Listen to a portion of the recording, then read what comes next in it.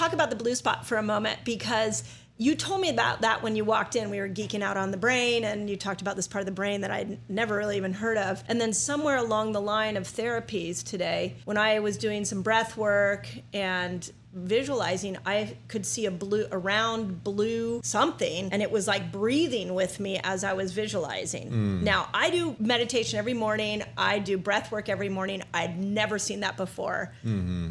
I'm like, well, it might what? have been related to the methylene blue Okay, ID. that was the other thing I thought. Yeah. I was like, is it, where's this coming from? But it's all converging into one really interesting thought for me. Well, I found it really interesting when I did a deep dive into this these respiratory oscillations. They also call them limbic oscillations, because like the limbic system is our emotional state, right? How we're responding to emotions. And there's so much of that wrapped up into the blue spot, or in the medical term for the blue spot is the locus coeruleus, which means blue spot in Latin. Okay. And it's in the pons, which is the midbrain. Okay. And you could almost correlate the locus coeruleus, like the adrenals to the body, the locus coeruleus is to the brain, right? Okay. Because it's the main producer of norepinephrine in the brain. Okay. And so norepinephrine has a lot of kind of similarities to cortisol, you know? Yeah, very Some similar. differences, but there's some similarities. Like they're both kind of pacing our circadian rhythm, and they're both stress hormones, Okay. right? And so, and they're also both can be bad if there's too much of it too often. Right. And they need to be like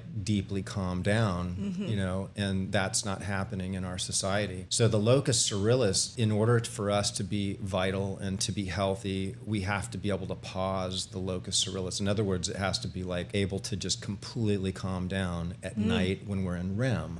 Okay. So if we're not able to get into REM, we don't get enough REM sleep, which happens commonly with women where they're lower estrogen in their cycles, right? And obviously after menopause, I was just this gonna say, becomes even more big of a problem. You look at the graph of estrogen and age, 40, I mean, it just drops right down. Crazy. Similar to a lot of graphs that we might look at, right? Like heart rate variability kind of does the same thing at 40, Yep. right? Melatonin does the same thing. Thyroid function, yeah. I mean, the BMI goes up, it goes the other direction. Yeah.